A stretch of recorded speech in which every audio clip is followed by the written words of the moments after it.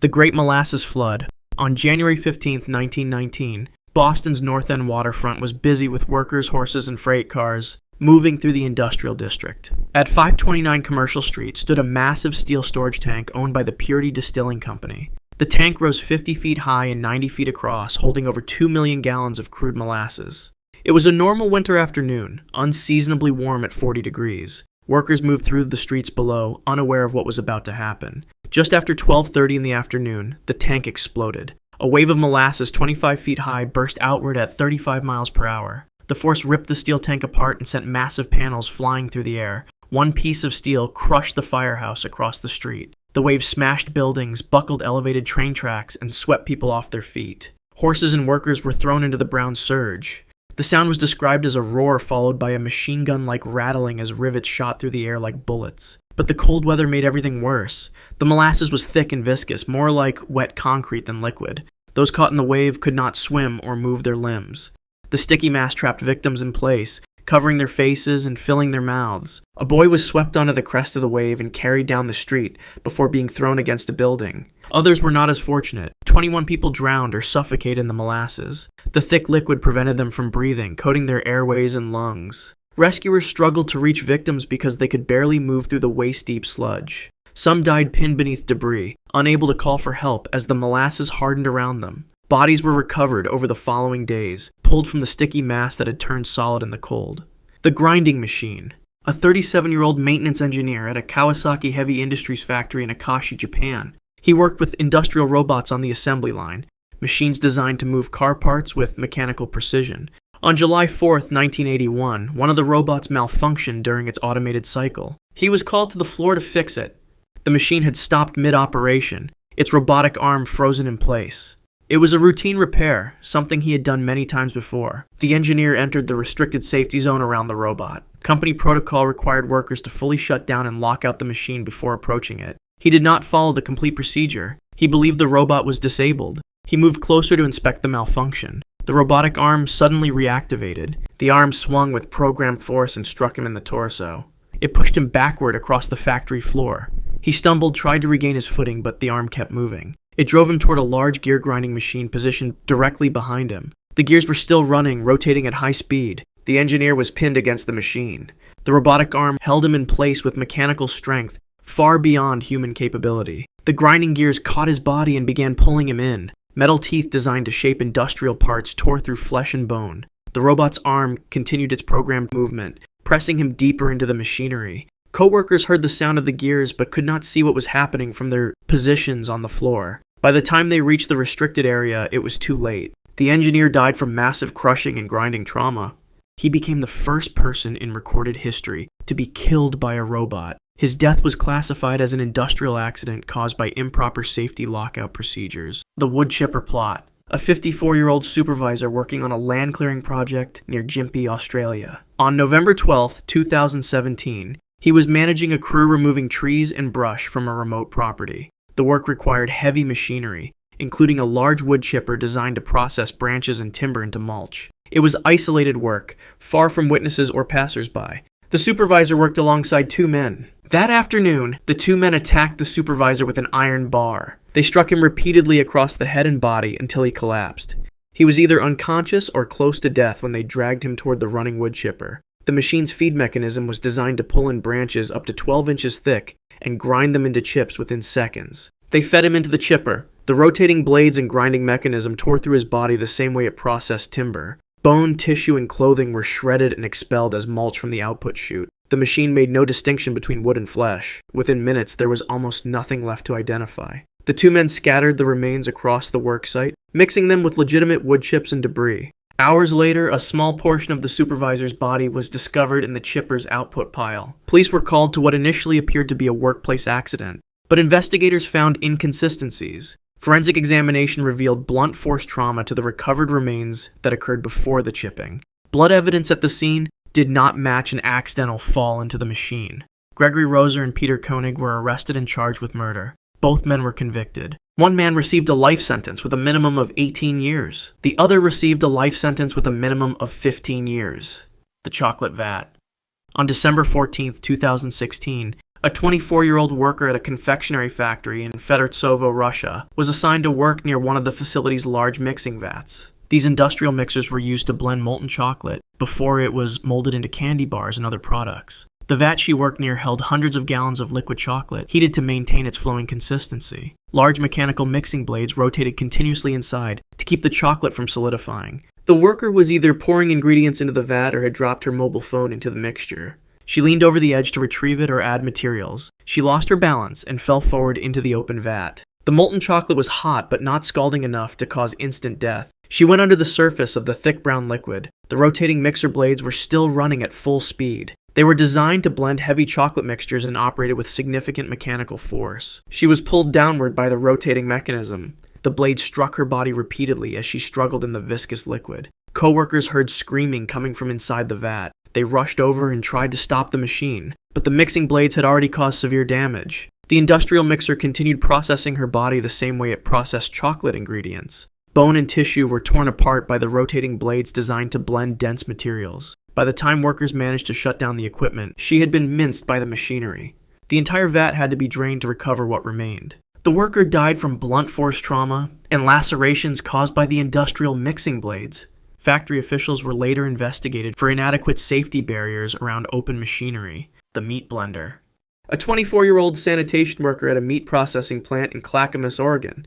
His job involved cleaning the facility's industrial equipment after production shifts ended. On April 26, 2013, he was assigned to clean a large meat blender used to mix ground beef and other products. The machine was 8 feet long and 4 feet wide with rotating auger blades designed to thoroughly blend thousands of pounds of meat. Standard safety protocol required the machine to be locked out and tagged before anyone entered it for cleaning. The worker climbed inside the blender to scrub the interior surfaces and blades. The machine had not been properly locked out. He was scrubbing the metal walls when the blender suddenly activated. The rotating augers and blades began spinning at operational speed. He was caught immediately by the moving machinery. Co-workers in the facility heard screaming coming from inside the blender. They ran toward the machine and saw what was happening. They tried to reach the emergency shutoff controls, but the blender was already pulling him deeper into its mechanism. The blades designed to grind and mix meat operated with relentless mechanical force. His body was drawn into the rotating augers. The screaming continued as the machinery tore through flesh and bone.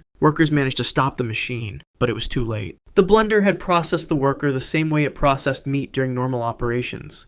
The auger blades had caused what the medical examiner later described as blunt force injuries and chopping wounds across his entire body. He died inside the machine from massive trauma inflicted by the grinding and mixing mechanism. The worker bled to death from injuries sustained in the meat blender. The plant was later cited for failing to implement proper lockout and tagout safety procedures. The Pemberton Mill collapse. On January 10, 1860, the Pemberton Mill in Lawrence, Massachusetts employed over 900 workers in its 5-story textile factory. Most were women and children who operated the looms and spinning machines. The building was only 7 years old, but had been constructed with substandard materials and poor engineering. That afternoon, workers filled every floor as machines ran at full capacity. At 4:45, without warning, the entire structure collapsed. The floors pancaked downward, crushing machinery and workers into a mangled heap of bricks, timber, and iron. Over 600 people were trapped in the rubble. Rescue efforts began immediately. Workers and townspeople rushed to the site and started pulling survivors from the wreckage. They worked through the evening by lamplight, carefully removing debris to reach those pinned beneath. Voices called out from deep within the ruins. Some were injured but alive, waiting to be freed. The work was slow and dangerous. Every beam removed risked causing another collapse.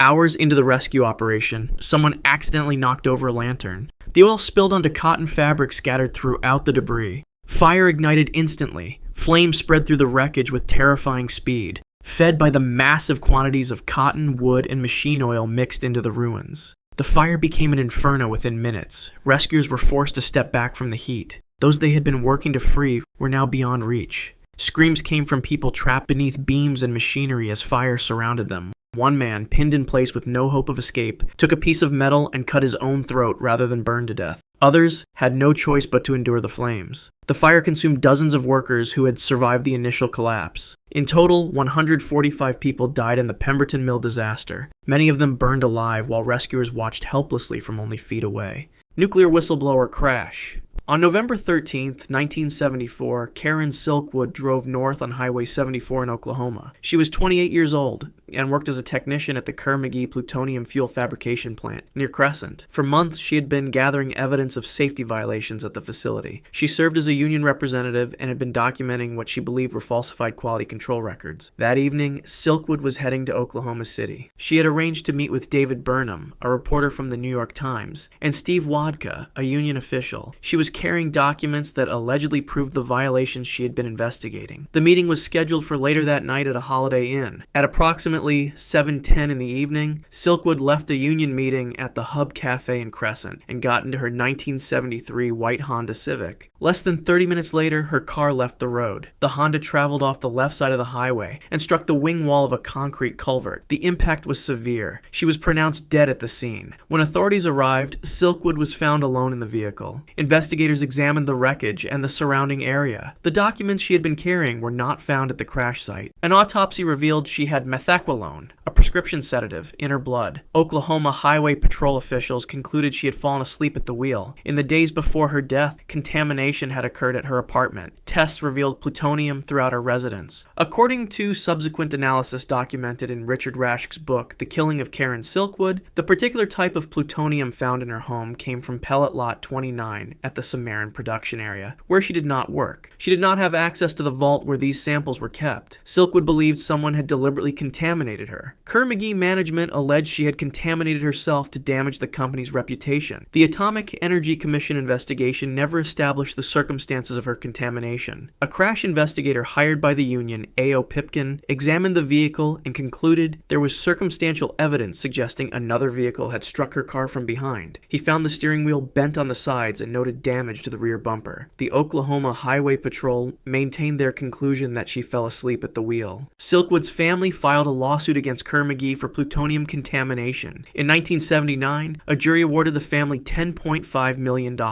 After appeals, Kerr-McGee settled out of court for $1.38 million without admitting liability. No criminal charges were ever filed in connection with her death. The circumstances surrounding Karen Silkwood's death remain disputed. Bangladesh garment collapse. On April 23, 2013, inspectors discovered large cracks running through an 8-story building in Savar, a district on the outskirts of Dhaka, Bangladesh. The building housed several garment factories on its upper floors. The lower floors contained shops and a bank. The damage was significant enough that the shops and bank closed immediately and refused to allow employees or customers inside. The following morning, April 24th, the factory owners on the upper floors made a different decision. They ordered workers to report for their shifts. Management at Ethertex reportedly threatened to withhold a month's pay from workers who refused to come to work. Approximately 3,600 workers arrived at the building that morning. Roughly 80% of the workers were young women. At 9 o'clock in the morning, the building collapsed. The structure had been built in 2006 and was owned by Sohail Rana. The building had been constructed on land that was once a pond. Investigators later determined that the upper 4 floors had been built without permits. The building's architect, Masood Reza, stated the structure was planned for shops and offices, but not factories. Heavy industrial generators installed on the upper floors created constant vibration. The combination proved fatal. Floors pancaked downward. Concrete slabs crashed into workspaces filled with sewing machines and people. Workers on multiple floors were trapped beneath rubble. Rescue operations began immediately and continued for 17 days. The search for survivors ended on May 13th. The official death toll reached 1,134 people, including rescue workers who died during the operation. Approximately 2,500 people were injured. Many survivors had been trapped for hours or days before rescue. When authorities attempted to locate Sohail Rana, he had fled. A 4-day manhunt began. He was attempting to reach India when police found him near the border and arrested him. He was charged with murder along with 37 other people. In 2017, Rana received a 3-year sentence for corruption related to the building's construction. The Rana Plaza collapse became the deadliest disaster in the history of the garment industry. The building housed factories that supplied major international brands including Benetton, Primark, Walmart, Mango, and The Children's Place. International investigations documented the warnings that had been ignored and the illegal construction methods used throughout the building. In response to the disaster, over 200 apparel companies signed the Accord on Fire and Building Safety in Bangladesh in May 2013. Texas City explosion. On April 16, 1947, the SS Grand Camp was docked at the port in Texas City, Texas, near Galveston.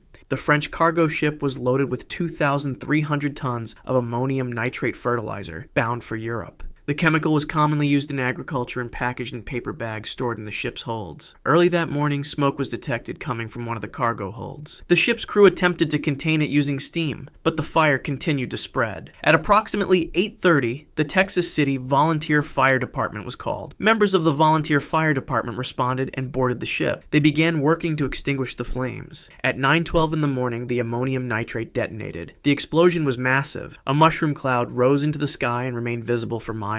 The blast generated a 15-foot tidal wave that swept across the dock area. The shock wave was reported to have been felt up to 250 miles away. The ship was completely obliterated. The pier and surrounding structures were destroyed. The explosion triggered secondary fires throughout the port. The nearby Monsanto Chemical Company plant caught fire and was destroyed. 16 hours later, another ship docked at the port, the SS High Flyer, also carrying ammonium nitrate, detonated in a second massive blast. When rescue operations concluded and bodies were recovered, the official death toll reached 581 people. Among the dead were all but one member of the fire department who had boarded the Grand Camp that morning. Only one firefighter from the responding crew survived. The exact number of casualties has been reported with some variation in sources, with estimates ranging between 400 and 600 people. The Texas City disaster remains the deadliest industrial accident in United States history. The explosion destroyed much of the port facility and caused extensive damage to the surrounding community. Subsequent investigations examined the safety procedures for handling and transporting ammonium nitrate. The disaster led to changes in regulations governing the storage and shipment of hazardous materials. Railroad trestle filming. On February 20th, 2014, a film crew arrived at a railroad trestle over the Altamaha River near Doctortown in Wayne County, Georgia. They were filming scenes for Midnight Rider, a biographical film about musician Greg Allman. Sarah Jones, a 27-year-old camera assistant, was working on the production. The crew planned to film a dream sequence on active railroad tracks. They had not obtained permission from CSX Railroad to be on the trestle. A metal hospital bed was placed on the tracks as a prop for the scene. During filming, a CSX freight train came around a curve. The train was traveling at 58 miles per hour. The crew had less than 60 seconds to evacuate the trestle. Workers grabbed equipment and ran. The train struck the metal hospital bed. The impact created shrapnel. Metal fragments flew in multiple directions. The debris struck Sarah Jones. She sustained severe injuries and was pushed into the path of the train. According to the autopsy report, both of her feet were severed. She sustained multiple fractures and lacerations. She was pronounced dead at the scene. 7 other crew members were injured in the incident. Hairstylist Joyce Gilliard suffered a serious injury. Following the incident, criminal charges were filed.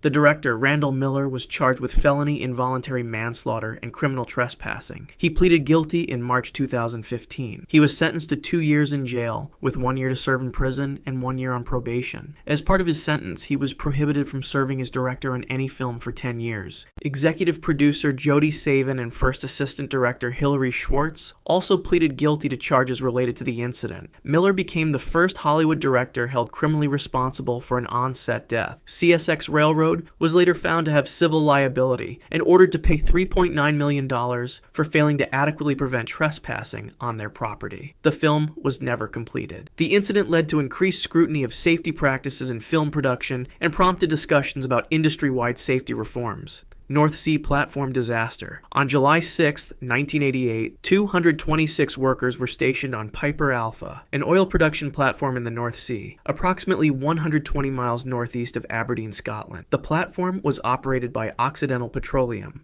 Around 10 o'clock that evening, a maintenance communication failure occurred. A pump designated as Pump A had been taken offline for maintenance. A critical safety valve had been removed from the equipment for repair.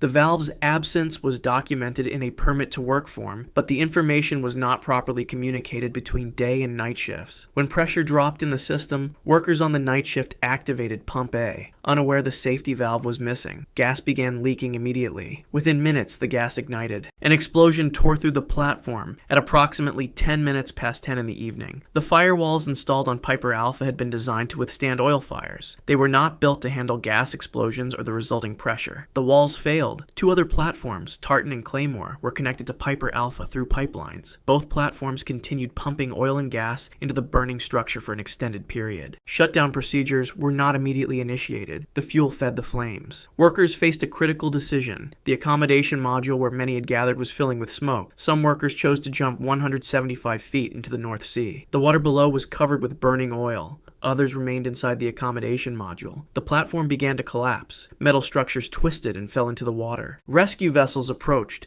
but faced difficulty getting close due to intense heat and falling debris. 167 people died, including 2 rescue workers from the fast rescue craft Sandhaven. 61 workers survived. Most survivors had jumped into the sea. The platform was completely destroyed. An inquiry led by Lord Cullen followed. The investigation examined the maintenance communication breakdown, the failure to shut down connected platforms, and inadequate evacuation procedures. The Cullen Report, published in November 1990, resulted in 106 recommendations. These led to fundamental changes in safety regulations across the North Sea oil industry, including revised permit-to-work systems and improved emergency response procedures. Port Chicago naval explosion. On July 17, 1944, cargo handlers worked through the evening at Port Chicago Naval Magazine in California, approximately 35 miles from San Francisco.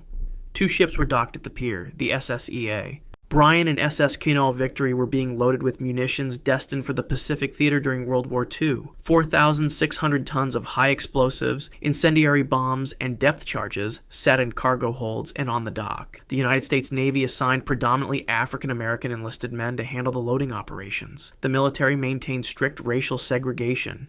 Black sailors performed the hazardous work of loading munitions while white officers supervised. The enlisted men received minimal training for working with live explosives. Officers encouraged competition between loading divisions to increase speed, with implied penalties for slower performance. At approximately 10:18 in the evening, a massive detonation occurred. The explosion completely destroyed both vessels and obliterated the pier. The blast registered as a magnitude 3.4 earthquake on seismographs across the San Francisco Bay Area. The shockwave shattered windows in San Francisco and Oakland. Witnesses reported seeing a fireball and mushroom cloud. 320 men were killed instantly. 202 were African-American sailors assigned to loading details. The dead also included white officers, Coast Guard personnel, and civilian workers. Approximately 390 people were injured. The Navy conducted an investigation but could not determine the cause of the explosion. Within weeks, the Navy ordered surviving sailors from Port Chicago to resume similar munitions loading duty at Mare Island Naval Shipyard. On August 9th, approximately 320 men gathered at Mare Island. After being ordered to load munitions, 258 men refused, citing unsafe conditions and inadequate training. The Navy charged 50 men with mutiny in what became the largest mass mutiny trial in United States naval history. Thurgood Marshall, then chief counsel for the NAACP Legal Defense Fund, traveled to observe the court-martial proceedings. All 50 men were convicted in October 1944. They were sentenced to 15 years in prison and dishonorable discharge. The Port Chicago disaster and subsequent mutiny trial drew national attention to racial inequality in military service. Civil rights organizations protested the convictions. In 1946, 47 of the 50 convicted sailors had their sentences reduced. The Port Chicago case is considered to have influenced President Harry Truman's decision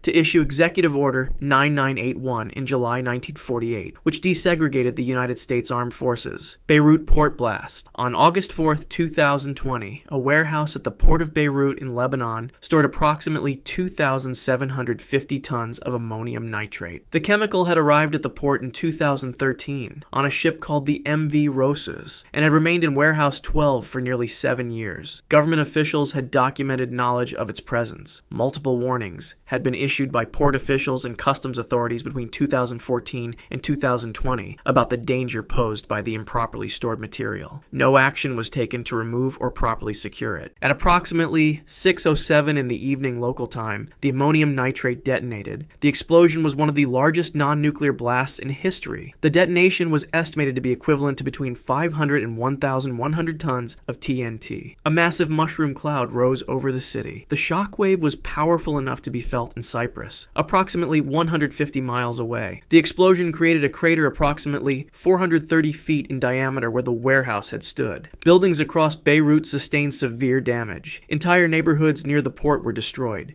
Windows shattered across the city, with damage reported up to 6 miles from the blast site. Structures collapsed. The port facilities were obliterated. Approximately 300,000 residents were displaced from their homes. Rescue operations began immediately. Teams searched through rubble for survivors. Hospitals throughout the city were overwhelmed with injured people. The official death toll reached at least 218 people. More than 7,000 were injured. International investigators and forensic experts arrived to examine the site and review documentation. Evidence showed that senior government officials, including the president, prime minister, and multiple cabinet ministers, had been informed about the stored ammonium nitrate and associated risks. Documents revealed that at least 10 officials knew about the warehouse contents and its dangerous condition. Port and Customs officials had sent multiple written warnings requesting the material be removed or secured. Criminal charges were filed against senior officials in Lebanon. However, the judicial investigation has faced repeated obstruction. Court proceedings have been suspended multiple times due to political interference. Several charged officials have refused to appear for questioning, claiming immunity. As of 2026, the investigation remains stalled and no trial has taken place. Justice for the victims has not been achieved. The explosion exposed systemic corruption and negligence within Lebanon's government institutions. West Virginia mine explosion. On April 5th, 2010, miners reported for their afternoon shift at Upper Big Branch Mine in Montclair, Raleigh County, West Virginia, approximately 30 miles south of Charleston. The mine was operated by Performance Coal Company, a subsidiary of Massey Energy. Federal records showed the facility had received numerous safety violations. In 2009 alone, the mine received 515 citations from the Mine Safety and Health Administration. At 3:27 in the afternoon, methane gas ignited underground. Federal investigators from MSHA later determined the ignition source was likely sparks created when a longwall shearer cutting machine struck sandstone rock while cutting coal. The initial methane ignition triggered a series of coal dust explosions that traveled through more than 2 miles of underground mine tunnels. The explosion was catastrophic. 29 miners were killed. The ventilation systems designed to prevent methane accumulation and disperse coal dust had failed to function properly. Safety equipment did not perform as required. Rescue teams entered the mine but found no survivors beyond the initial group that escaped. 2 miners were injured but survived. Federal investigators from the Mine Safety and Health Administration conducted an extensive investigation. The investigation lasted nearly 2 years and involved examination of the mine structure, equipment, company records, and testimony from miners and management.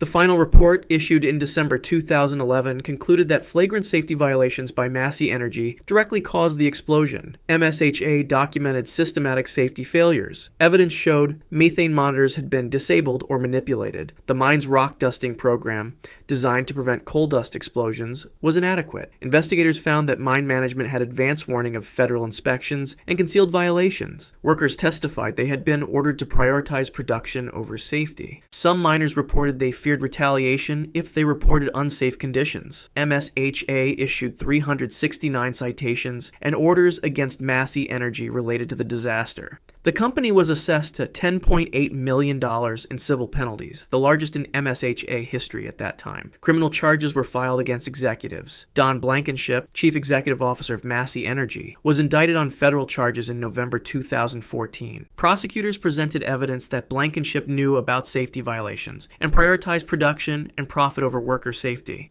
In December 2015, Blankenship was convicted of conspiracy to willfully violate federal mine safety standards. He was sentenced to 2 years, of which he served 1 year in prison and fined $250,000. The conviction marked a rare instance of a major corporate executive being held criminally responsible for workplace deaths. 3 mine supervisors also faced criminal charges. 2 pleaded guilty and 1 was convicted at trial. Pressure chamber catastrophe. The Byford Dolphin was a semi-submersible drilling rig operating in the North Sea, roughly 200 miles off the coast of Norway. On November 5th, 1983, 5 men died aboard that rig in one of the most violent decompression events ever recorded in the history of commercial diving. Saturation diving is one of the most demanding forms of underwater work ever developed. Divers who work at extreme depths cannot simply return to the surface when their shift ends. The pressure difference between the ocean floor and the surface is too great. A rapid ascent would kill them.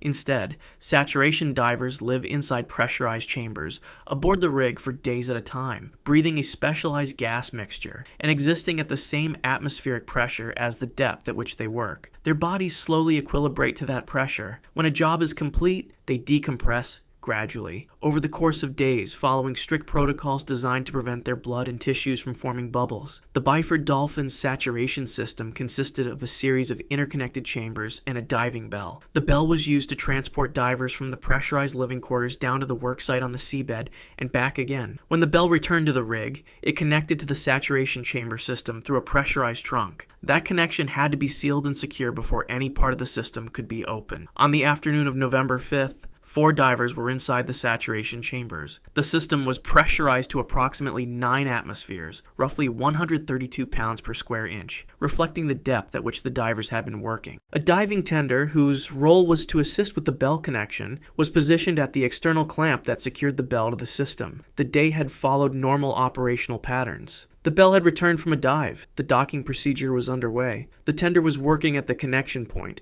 moving through what should have been a standard sequence of steps. The clamp securing the bell to the pressurized trunk was operated manually. It was an external mechanism. Critically, it lacked an automatic interlock, a device that would prevent it from being opened, while the system behind it remained under pressure. Without that interlock, the only safeguard between the pressurized interior and the open atmosphere was the attention and procedure compliance of the person operating the clamp. The clamp was opened while the system was still at 9 atmospheres. The pressure differential between the interior of the saturation system and the outside air was released instantaneously. 9 atmospheres of pressure sought equilibrium in a fraction of a second. The result was an explosive decompression of a severity that investigators would later describe as extreme even by the standards of industrial accidents. The force of the decompression was catastrophic. The diving bell and chamber components were violently displaced. The trunk connecting the bell to the living quarters became the path through which 9 atmospheres of compressed gas escaped at once. 3 of the divers inside the saturation chambers died instantly, while the 4th was torn apart by the escaping air. One of the tenders positioned at the external clamp also died. Investigators from Norway's Petroleum Directorate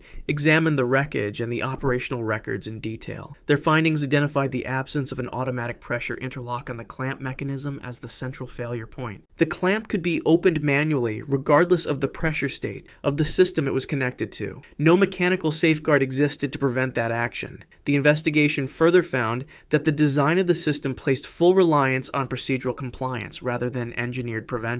When that procedural layer failed, there was nothing else. Emergency response aboard the rig was immediate, but had nothing to reverse. The decompression event had concluded in an instant. What responders found was the aftermath of a pressure release that had already run its course. The victims were beyond any form of medical intervention. Authorities confirmed the deaths of all 5 men. The cause was explosive decompression, resulting from the pressurized saturation system being opened to the atmosphere through an uninterlocked external clamp mechanism. In the years following the Byford Dolphin disaster, automatic pressure interlocks became a mandatory feature of saturation diving systems globally. The interlock that did not exist on November 5, 1983, became a required engineering standard across the industry. 5 men died. The clamp that killed them had no mechanism to stop it from being opened. Bhopal's poisoned night. Bhopal is a city in the state of Madhya Pradesh in central India. In 1984, it was home to a plant operated by Union Carbide India Limited, a subsidiary of the American corporation Union Carbide. The plant produced pesticides. One of the chemicals it used and stored was methyl isocyanate,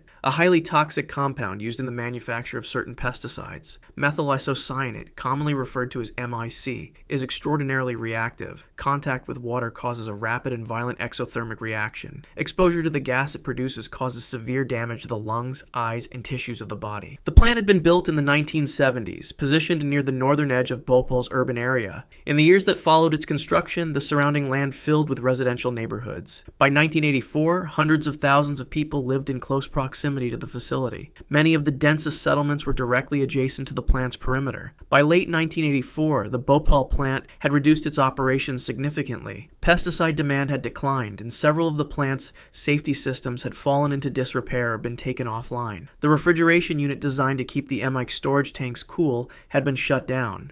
Pressure gauges on the tanks were known to be unreliable. A scrubber system intended to neutralize any accidental MIC release had been taken out of service for maintenance. A flare tower designed to burn off escaping gases was also not operational. Tank 610 held a substantial quantity of liquid MIC. On the night of December 2, 1984, water entered Tank 610. The precise pathway through which the water entered the tank has been the subject of dispute, but investigations confirmed that an isolation blank, a physical barrier that should have been in place to prevent water from entering the MIC line during pipe washing operations, was absent. Water and MIC combined inside the sealed tank. The reaction that followed generated intense heat and pressure. The temperature inside tank 610 rose rapidly. The pressure inside the tank climbed beyond the capacity of the safety valve to contain. Shortly after midnight on December 3rd, the tank vented. Methyl isocyanate gas began releasing from the tank in massive quantities. The gas is denser than air. It did not rise and disperse. It settled low to the ground and moved outward from the plant in a dense ground-hugging cloud, carried by the light wind. It moved toward the residential neighborhoods to the south and southeast of the plant. The people living in those neighborhoods were asleep.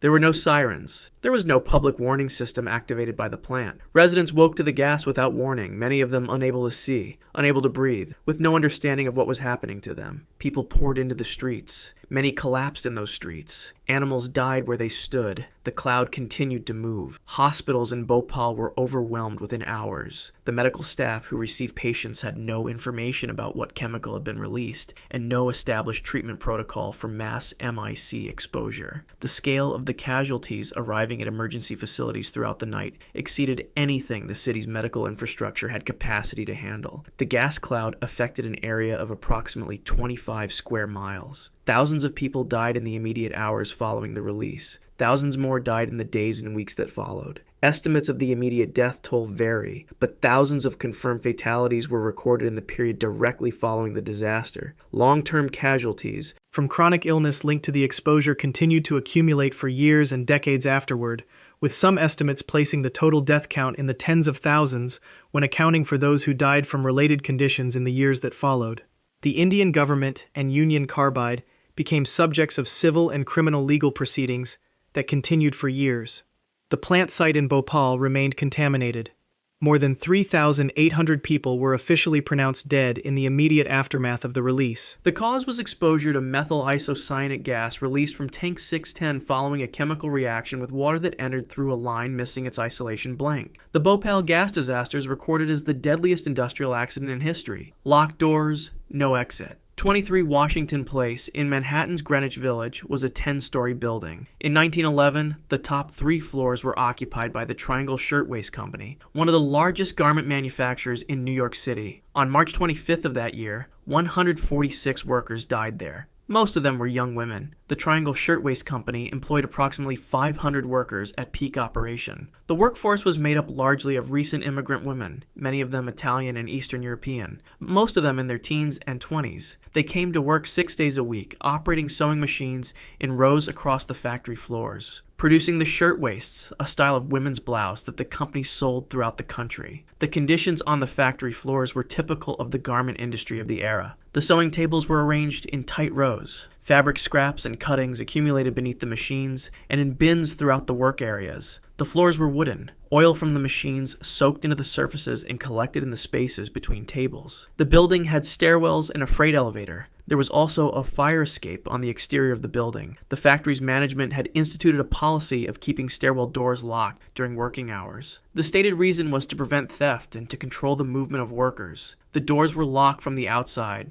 Workers inside the factory could not open them. On the afternoon of March 25th, 1911, a Saturday, the workday was nearing its end. Several hundred workers were still at their machines or preparing to leave. A fire broke out on the 8th floor, likely ignited by a discarded cigarette or a lit match near a bin of fabric scraps. The exact ignition point was never conclusively determined. The fire spread quickly through the cutting tables. The accumulated fabric scraps acted as fuel. Within minutes, the 8th floor was engulfed. Workers on the 8th floor rushed toward the exits. Some reached the freight elevator. Some reached the Green Street stairwell, which was accessible, and made it down. Others reached the Washington Place stairwell and found the door locked. Workers on the 9th floor had less warning. The fire moved upward. By the time many of them were aware of its scale, the stairwells were already compromised. The Washington Place door on the 9th floor was also locked. Workers moved to the windows. The fire department arrived and raised their ladders. The ladders did not reach the 8th floor. The equipment of the era was not designed to access the upper stories of a 10-story building. Firefighters on the street watched from below. Some workers waited at the windows as long as they could.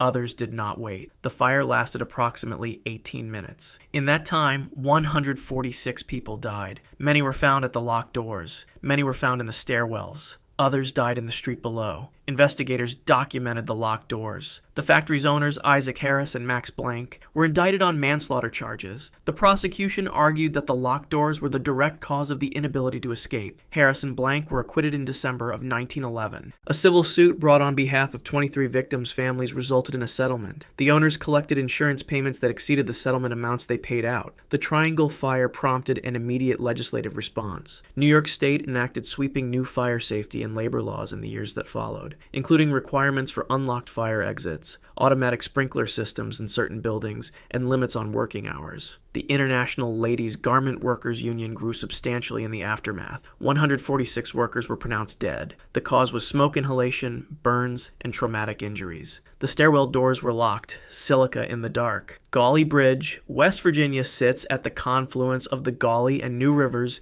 in a region of the Appalachian Mountains. In 1930, construction began on a tunnel through Hawks Nest Mountain, a project commissioned to divert water from the New River to a hydroelectric generating facility several miles away. The project was contracted by Union Carbide and Carbon Corporation. The men hired to drill that tunnel were, in large part, impoverished black laborers recruited from the Deep South. The year was 1930. The Great Depression had begun. Work was scarce. Men traveled to Gauley Bridge because work was being offered, and because they had few alternatives. Many arrived with families. They were housed in company shacks near the worksite. They were paid low wages. They were given their tools and sent underground. The geology of Hawks Nest Mountain was not an ordinary mix of rock. The silica content of the rock being drilled was nearly pure, with some estimates placing it above 99%. Silica, when drilled and disturbed, produces fine particulate dust. When that dust is inhaled, it lodges in the lung tissue. In concentrations high enough and over exposure periods long enough, it causes silicosis, a progressive and fatal scarring of the lungs. The tunnel was drilled dry. Wet drilling, which suppresses dust by applying water at the drill point, was understood at the time to reduce silica exposure. The contractors did not use it, at least not consistently. Ventilation in the tunnel was minimal. The fine white dust generated by drilling through nearly pure silica filled the tunnels, and the air the men breathed every day of every shift. Workers began falling ill. The progression of acute silicosis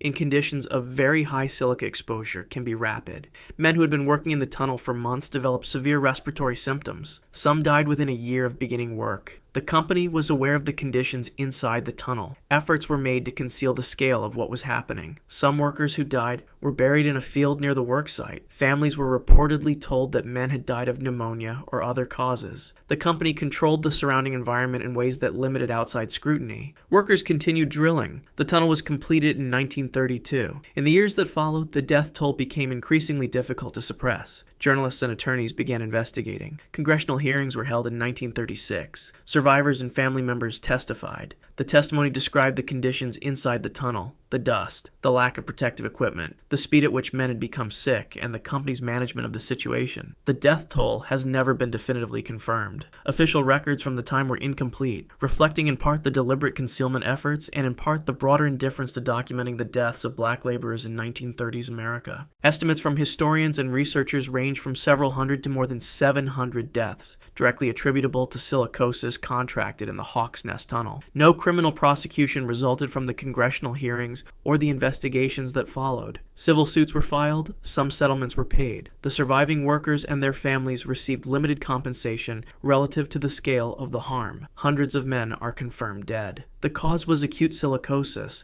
resulting from unventilated, unprotected drilling through nearly pure silica rock. The Hawks Nest Tunnel disaster is considered one of the most extensively concealed industrial mass deaths in American history. Green concrete, fatal fall. Willow Island is a small community along the Ohio River in Pleasants County, West Virginia. In the mid-1970s, construction began on the Pleasants Power Station, a coal-fired electrical generating facility. Part of that construction involved building large cooling towers, the tall, tapered concrete structures used to dissipate heat from the plant's generating systems. On April 27, 1978, the construction of one of those towers killed 51 men in a single event. Cooling towers of the type being built at Pleasants are constructed using a method called slip forming. A ring of scaffolding and formwork travels slowly upward as the concrete structure beneath it hardens, with workers riding the scaffolding as it rises. The scaffolding is anchored to the concrete wall of the tower as it climbs. The entire system depends on one foundational requirement.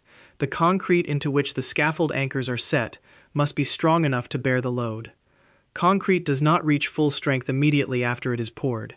The curing process takes time, and the rate at which concrete gains strength depends on temperature, humidity, and the specific mix used. Concrete that has not yet cured to an adequate strength is referred to in the construction industry as green concrete. Green concrete can fail under loads that hardened concrete would support without difficulty. On the morning of April 27th, the crew working on the cooling tower arrived at the site and prepared to begin the day's work. 51 men were on or near the scaffolding when operations began. The scaffolding system was loaded and in use. The anchors holding the scaffolding to the tower wall were set in concrete that had not cured to adequate strength. The first anchor failed. When it pulled free from the green concrete, it transferred additional load to the anchors adjacent to it. Those anchors failed as well. The failure propagated around the ring of the tower in sequence, each anchor giving way as the load redistributed. The scaffolding, with the men on it, separated from the tower wall. 51 men fell. The distance from the working level to the base of the tower was substantial. Emergency services were called to the Pleasance Power Station site. Responders arriving at the base of the tower found the collapsed scaffolding and the workers who had been on it when it fell. The scale of the event left no question about the survivability of the situation for those who had been on the upper levels of the structure. Medical personnel responded to the scene. The injuries sustained by the workers who fell from height were severe. Rescue and recovery operations continued at the site as responders worked to account for all 51 men. The Occupational Safety and Health Administration opened an investigation.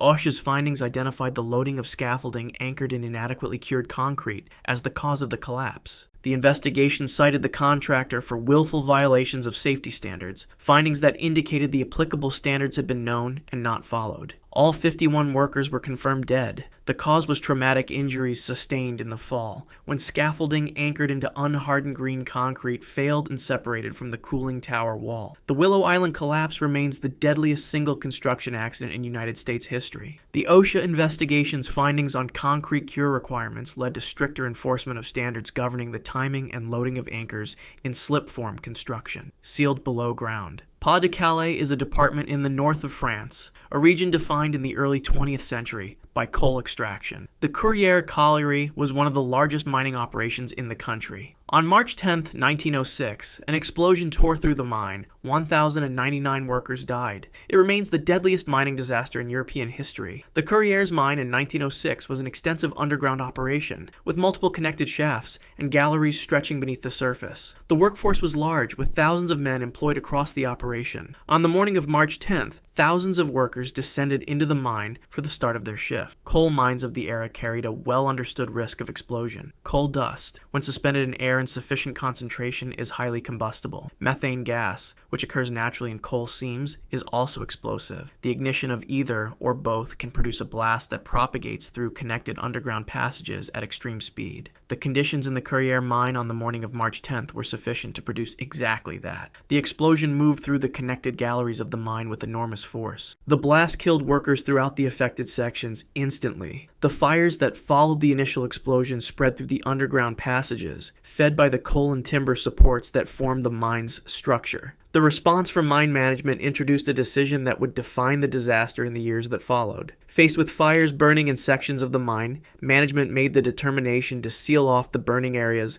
by blocking the entries to those sections. The stated objective was to starve the fires of oxygen and protect the mine's infrastructure from further damage. The sealing of those sections also sealed in any survivors who remained alive in the sections beyond the fires. Rescue efforts were mounted, but the technology available to rescue teams in 1906 was limited. Breathing apparatus capable of allowing rescuers to operate in environments with compromised air was not yet widely available or standardized. Rescue teams faced the same atmospheric hazards that had killed the initial victims, and their ability to penetrate deeply into the sealed areas was constrained by the air they carried with them. 20 days after the explosion, on March 30th, 1906, 13 men emerged from the mine alive. They had survived underground for nearly 3 weeks, finding pockets of breathable air and what food and water they could locate in the sealed section. Their emergence confirmed that survivors had been present in areas that had been sealed off in the days immediately following the disaster. The public response in France was immediate and intense. The decision to seal the mine became a central point of investigation and political debate. International attention focused on the disaster and on the inadequacy of the rescue capacity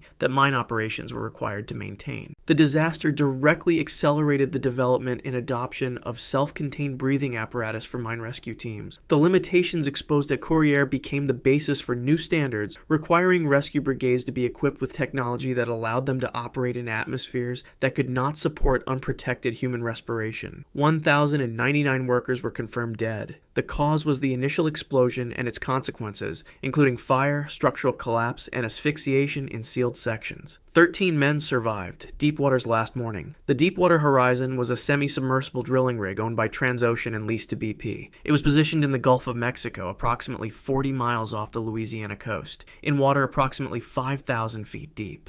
The rig was drilling the Macondo prospect well, which extended approximately 18,000 feet below the seafloor. On April 20th, 2010, an explosion on the rig killed 11 of the 126 workers aboard it. The Deepwater Horizon was one of the most capable mobile offshore drilling units in operation at the time. It had an excellent safety record. The crew aboard on April 20th represented a range of contractors and BP employees, engineers, drillers, deck crew, and support personnel, all of them working within what they understood to be a functioning operational environment. The Macondo well had presented challenges during drilling. Pressure readings from the well had been variable. In the days before the blowout, a critical test called a negative pressure test had been performed to assess whether the well was secure. The results of that test were ambiguous.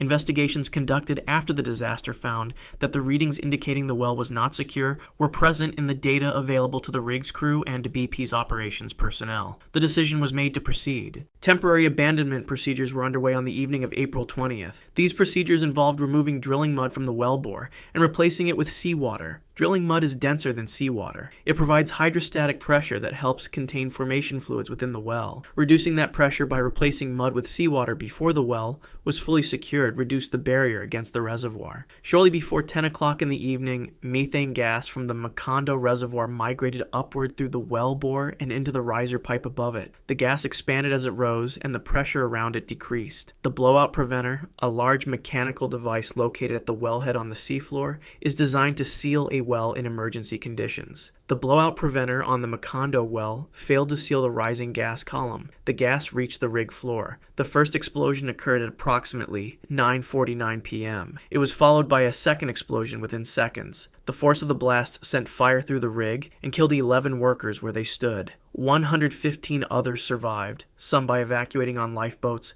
some by jumping into the water below. The rig burned. Coast Guard vessels responded to the site as the fire continued. The scale of the fire aboard the Deepwater Horizon made approach and boarding impossible. The rig burned for approximately 36 hours before sinking into the Gulf of Mexico on April 22, 2010. The 11 workers who had died in the initial explosions were not recovered from the rig. Their deaths were confirmed in the investigation that followed. The Macondo well continued to discharge oil from the seafloor after the rig sank. The well was not permanently capped until September 19, 2010, 87 days after the blowout. Approximately 4.9 million barrels of oil were released into the Gulf of Mexico during that period. Federal investigations concluded that BP had been grossly negligent. Criminal charges were filed. Civil penalties were assessed. The total financial liability to BP exceeded $65 billion in fines, settlements, and cleanup costs. 11 workers were confirmed dead. The cause was explosions resulting from a methane blowout that occurred after the well's pressure indicators were misread and safety tests were bypassed. Molasses at full speed. Commercial Street in Boston's North End ran along the waterfront in 1919. The neighborhood was dense, working class, and active at midday. Adjacent to the street stood a steel storage tank owned by the United States Industrial Alcohol Company. The tank was 50 feet tall and 90 feet in diameter. It held approximately 2.3 million gallons of crude molasses, kept there for distillation into industrial alcohol. On January 15, 1919, shortly after noon, the tank failed. The tank had been constructed in 1915. Questions about its structural adequacy had been raised in the years since its installation. Residents of the neighborhood had reportedly observed the tank seeping molasses along its seams, and some had collected the leaking material. The tank's walls had not been tested to the standard that the volume it contained demanded. In the days before January 15th, a fresh shipment of molasses had been delivered, filling the tank closer to capacity. The temperature in Boston had risen sharply after a period of cold. Fermenting molasses generates carbon dioxide gas. Warmer temperatures accelerate fermentation. The combination of a near-capacity load and rising internal pressure placed demands on the tank's structure that its walls could not sustain. At approximately 12:15 p.m., witnesses reported hearing a deep rumbling sound from the direction of the tank, followed by what some described as a sound like a rapid series of gunshots as the rivets holding the tank's steel plates together failed in sequence. The walls of the tank buckled and gave way. 2.3 million gallons of molasses erupted outward at approximately 35 miles per hour. The wave was estimated at approximately 25 feet in height as it left the tank's footprint. It moved through Commercial Street and the surrounding area with enough force to knock buildings off their foundations, overturn freight cars on an adjacent elevated rail line, and collapse portions of the supports holding the elevated structure above the street. People in the path of the wave had no time to move. The molasses was dense and cold enough to trap anything it overtook. Workers in a nearby firehouse were buried. Pedestrians on the street were swept from their feet. Horses and wagons were swallowed by the advancing material. The wave moved through the neighborhood and reached the waterfront, where some of the molasses and debris flowed into the harbor. Police and firefighters responded within minutes. What they found on Commercial Street was not immediately recognizable as a street. Molasses covered everything to a depth of 2 to 3 feet across several city blocks. The material was thick enough to make movement through it difficult even for rescuers not trapped within it. Extraction of victims required physical effort beyond the ordinary work of emergency response. Rescue workers pulled people from the molasses by hand. Some victims were alive when found and were extracted and transported to receiving hospitals. Others were not. The material's density and temperature complicated both rescue and recovery throughout the afternoon and into the evening. The cleanup operation lasted weeks. Workers using salt water and sand attempted to clear the streets, and the harbor was reportedly discolored for months. The structural investigation that followed examined the tank's construction and the decision-making that had preceded the disaster. The United States Industrial Alcohol Company was found liable in civil proceedings. The litigation lasted years and involved hundreds of witnesses. 21 people were confirmed dead. 150 were injured. The cause of death was traumatic injuries and drowning in the molasses. The Purity Distilling Company, a subsidiary of the United States Industrial Alcohol Company, paid out damages following the civil proceedings. The case is cited as an early landmark in the legal accountability of corporations for structural negligence. West Virginia's deepest loss. Marion County, West Virginia, in the first years of the 20th century, was coal country. The Fairmont Coal Company operated 2 shafts at Monongah, designated number 6 and number 8, that together represented one of the most productive coal mining operations in the region. On December 6, 1907, those shafts produced the deadliest mining disaster in United States history. The Monongah mines employed hundreds of workers. The workforce was substantially composed of recent immigrants, with Italian-born miners representing a significant portion of the labor. Many had come to West Virginia within the past decade, drawn by the coal industry's demand for labor. They lived with their families in the town of Monongah and the surrounding settlements. The town's economic life was built around the mine. Children also worked in the Monongah mines. Boys as young as their early teens worked underground in roles such as trappers, who opened and closed ventilation doors to direct airflow through the shafts, and as helpers to experienced miners. Their presence underground was legal and common for the era. December 6th was a Friday. The morning shift had gone underground. Both shafts were operating. The number 6 and number 8 shafts were connected underground, which meant that workers and materials moved between them and that any event in one shaft could propagate into the other. At approximately 10:30 in the morning, an explosion occurred underground. Methane gas, which seeps naturally from coal seams, accumulates in underground environments if ventilation is insufficient to dilute and remove it. Coal dust, which is generated by all drilling and blasting operations in a mine, is itself explosive when suspended in air at sufficient concentration. An ignition source encountering either methane or suspended coal dust can produce a blast. An initial methane explosion can disturb accumulated coal dust and suspend it, creating conditions for a secondary and larger detonation. The explosion at Monongah on December 6th was felt on the surface. It brought down mine entries and destroyed the infrastructure at the shafts. The blast propagated through the connected underground workings of number 6 and number 8, reaching workers throughout the mine. Rescue teams responded immediately. The conditions underground were severe. The explosion had caused structural collapse throughout sections of the mine, blocking passages and making entry and navigation dangerous. Gas conditions in the aftermath of a coal dust explosion create an environment that is lethal without proper respiratory protection, equipment that rescue teams of the era did not have in the form that would later become standard following disasters like the Courier fire just 1 year earlier. Recovery of the dead took days. The scale of the disaster was apparent quickly. Families gathered at the surface and waited. Official records listed 362 deaths. Historians who have examined the records in detail, accounting for immigrant workers whose presence was not always formally documented and for child laborers who were not always recorded accurately, have estimated the true death toll may have exceeded 500. The precise number was never confirmed. The Monongah disaster prompted federal action. In 1910, 3 years after the explosion, the United States Bureau of Mines was established. Its mandate included research into mine safety, the investigation of accidents, and the development of rescue capabilities. A minimum of 362 workers were confirmed dead at Monongah. Historians estimate the true figure was higher. The cause was an underground methane and coal dust explosion that propagated through the connected shafts of the number 6 and number 8 mines. It remains the deadliest mining disaster in United States history. Stunt gone wrong. Eric Rohner was a professional skydiver and base jumper who had built his career through extreme sports performance, including extensive work with the Nitro Circus touring production. On September 28, 2015, he was in Olympic Valley, California at the resort at Squaw Creek, where he was scheduled to perform a parachute jump as part of the opening ceremony for a charity golf tournament. He was 39 years old. Aerial performances of this kind are a recognized element of large sporting event ceremonies. The crowd gathered at the club that morning expected a spectacle. The jump was intended to be a visual highlight, a performer descending from altitude and landing on or near the event grounds as part of the ceremony's theatrics. It was the kind of opening that drew attention and applause, a moment of controlled drama designed to be seen and enjoyed. Rohner exited the aircraft at altitude and began his descent toward the golf course. During the descent, he struck a tree.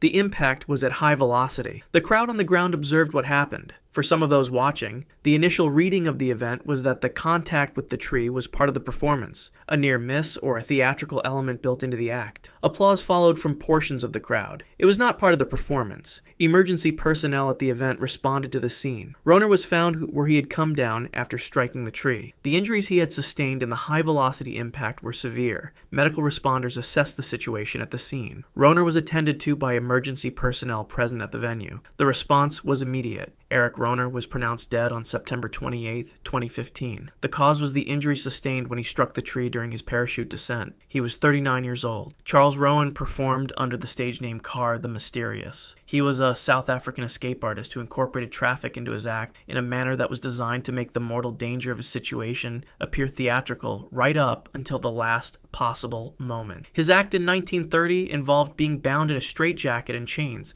in the path of an oncoming automobile. The premise was that he would free himself before the vehicle reached him. The audience would watch, hearts raised, believing they were observing skilled performance, and he would escape. Rowan set up the act in front of a live audience. He was secured in the straitjacket and chains. The car began its approach and accelerated toward him. He did not free himself in time. The vehicle struck him. The audience, watching a man in a straitjacket in the path of an accelerating car, did what audiences of this type of performance were accustomed to doing. They cheered. The impact they had just witnessed read in the framing of a stunt performance as the climactic moment of a successful escape, the car reaching him at the last instant as he pulled free. He had not pulled free. Emergency response reached Rowan at the scene. The injuries he had sustained when the automobile struck him, while he remained bound in the straitjacket and chains, were severe. There was no treatment available at the scene or elsewhere that could address what had happened to him. Charles Rowan, performing as Carr the Mysterious, was pronounced dead. The cause was the injury sustained when the vehicle struck him before he could complete his escape. The crowd that witnessed his death had applauded it. If you want to see more, click the video on screen now.